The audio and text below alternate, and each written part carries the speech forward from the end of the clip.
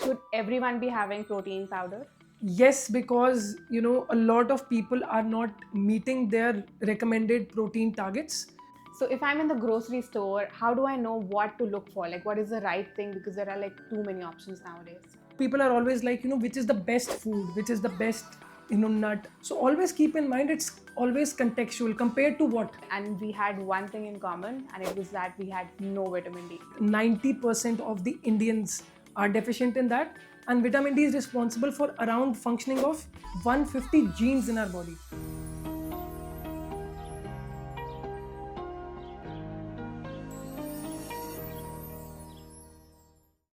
Hi everyone, on today's Wellbeing Edit, we have Bhuvan Kalra with us, who is a very passionate nutritionist. And would you like to tell everyone a little bit about yourself? Yeah, thank you so much for having me here. And yeah, it's been like more than 5 years now.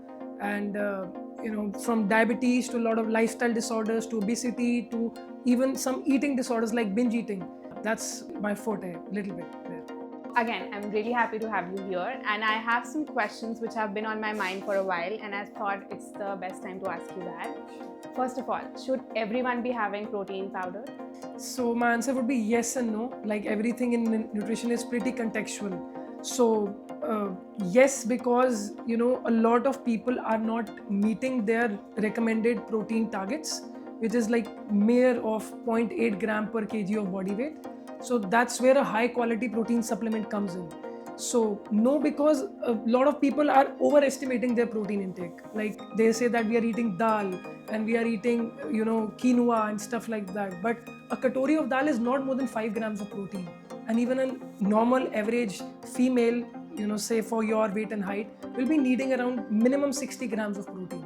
So to add on to that, we need that high quality supplement for sure. So fat burners are like really famous nowadays. As a nutritionist, do you believe in fat burners?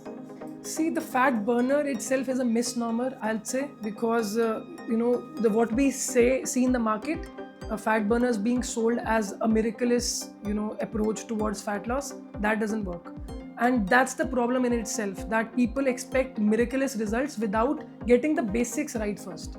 So tell me that would the cherries or the decoration would be any use without the cake, without even knowing the recipe of the cake? So what I'd say is get the recipe right first, the basics being the calorie deficit, then only it can be an add-on to that. So one of them can be apple cider vinegar, which we can talk about. You mentioned apple cider vinegar, but there are like a lot of concerns about it not being good for your dental health. What are your thoughts on that? No, that's not the case. If done in the right technique, it won't harm you. So what I would recommend is to take at least 200 ml of water and put in 1 tablespoon of apple cider vinegar. Second is to rinse your mouth right after you take it. Third best way in my experience is to bypass the teeth altogether by using a straw. So now we will do something really fun, like a rapid fire segment with questions from the youngsters who are on our channel. So first of all, what is the easiest way to keep track of what I'm eating? So the best way is that what makes you keep it consistent for the longer run. So I'd say start simple, just keep a food diary, keep on writing whatever you're eating during the day and have a look at or review it at the end of the day. That will give you more conscience and more awareness about what you're eating. Another one. So if I'm in the grocery store, how do I know what to look for? Like what is the right thing, because there are like too many options nowadays. So that's a very common question. A lot of people are always like, which is the best food, which is the best, nut or whatever it is. So always keep in mind, it's always contextual. Compared to what? If you compare, Oreo cookies to maybe Parle-G biscuits, then we'll just see that which has the less fat content and stuff like that. But if you compare Oreo cookies to maybe something from the produce section, like an apple, then apple wins. But now in the apple section, if you compare it with some very high antioxidant fruit like berries or blueberries, then blueberries win. So it's always compared to what? If you have two options, then we have to see it in comparison for the best option. So with our lives, we are usually late for work, late for college, and we often miss on breakfast. How bad is that? It's not really bad because it's been really overhyped that breakfast is the main meal of the day. That's really not the case. It depends on your hunger levels as well. A lot of people have brunch directly or lunch directly. They do good, but make sure that to not prolong your dinner later.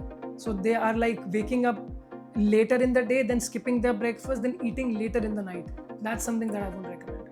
So again, young people nowadays, they have like a lot of cravings because of how many options we have of different food. So how do we stop that craving? So, there is this connotation that, bad connotation around cheat meals, that, I'm cheating on my diet, I'm cheating in this context. So, rather than saying that, change it to treat meals, because All right. pleasuring our taste buds once in a while is a part of a healthy lifestyle. So, I call it the 80-20 approach. So, try to get 80% of your calories from all the healthy whole foods, which will cover all your maintenance, all your bodily functions, but the rest of the 20% can be for your satisfaction. So, it will keep that 80% in check. So if I'm coming back from work or college and I don't have a lot of time, I want to just throw together a quick meal, what should that be?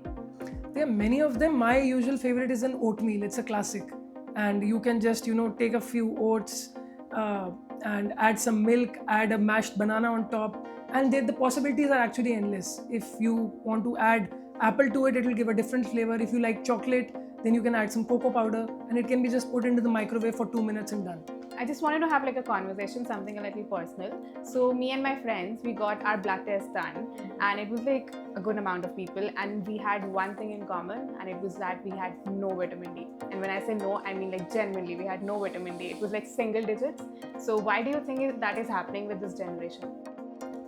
That's more common than I would like it to be. And first of all, kudos to you to taking the first step and getting yourself tested, being aware of what's going inside your body, because a lot of times we are unable to distinguish what's going inside without just getting a blood test. So for all the users watching, please get yourself tested, show your reports to a doctor. So now coming to the point about vitamin D, it is one of the most important vitamins in our body. It's actually not a vitamin at all technically, it's a hormone. So you're telling me vitamin D3 is actually a hormone? Yeah, it's called a prohormone. That means our body creates it itself. So a definition of a vitamin is that we have to externally take it from some source. And a hormone is that a body creates itself. But here the vitamin D is created in very specific conditions when sunlight falls on our skin.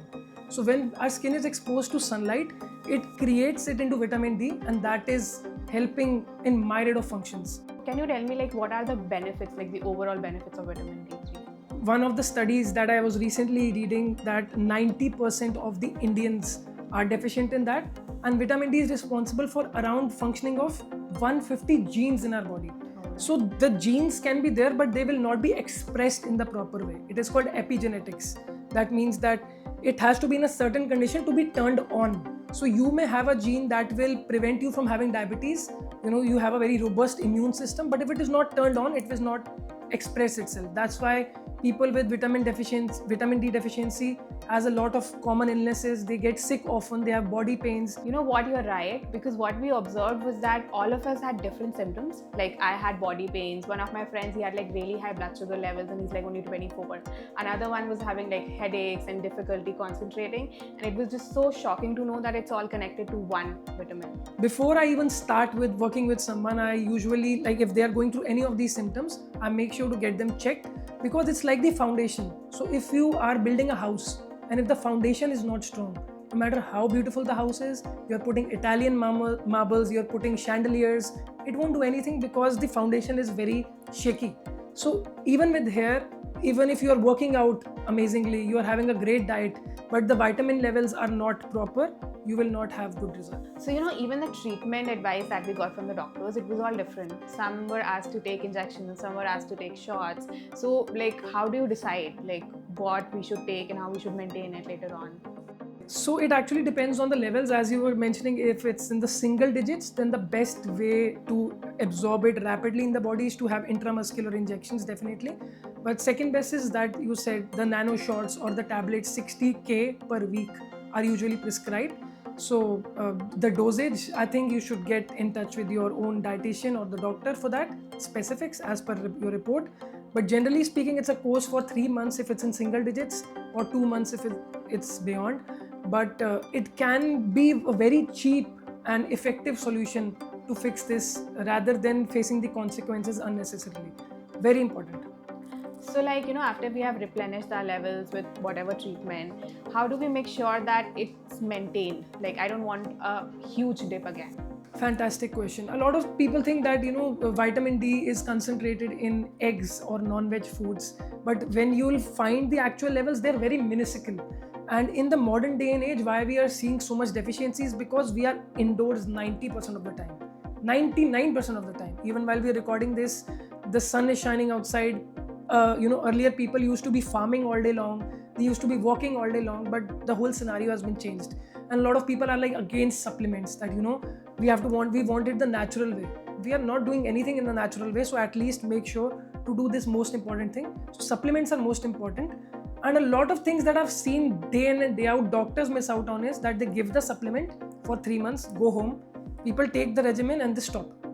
And then when they stop again, the level, for example, it came from single digit to 50, which is the optimal level. Over the period of months, it will come down to again single digit. So we need a maintenance dose also. So once you reach a level, you need a dose to maintain it throughout your life. That is also important to talk to your doctor or dietitian. Okay, so our next segment is a myth and fact. I would say a few statements and you have to tell me if they are a myth or a fact. Sounds fun, please. Alright, first one for you. Plant protein has fewer benefits than animal protein. It's definitely a myth. Food is a package deal, and plant proteins usually comes with a lot of added benefits like antioxidants, fiber, and a lot of anthocyanins, phytonutrients. So we cannot just negate that. So it's definitely an added bonus. Next statement. Plant protein lacks sufficient protein content. No, it doesn't if it's made with the right ingredients. So if you are using a plant profile which has complete amino acids like quinoa and amaranth, it's a complete protein. Plant protein actually tastes delicious.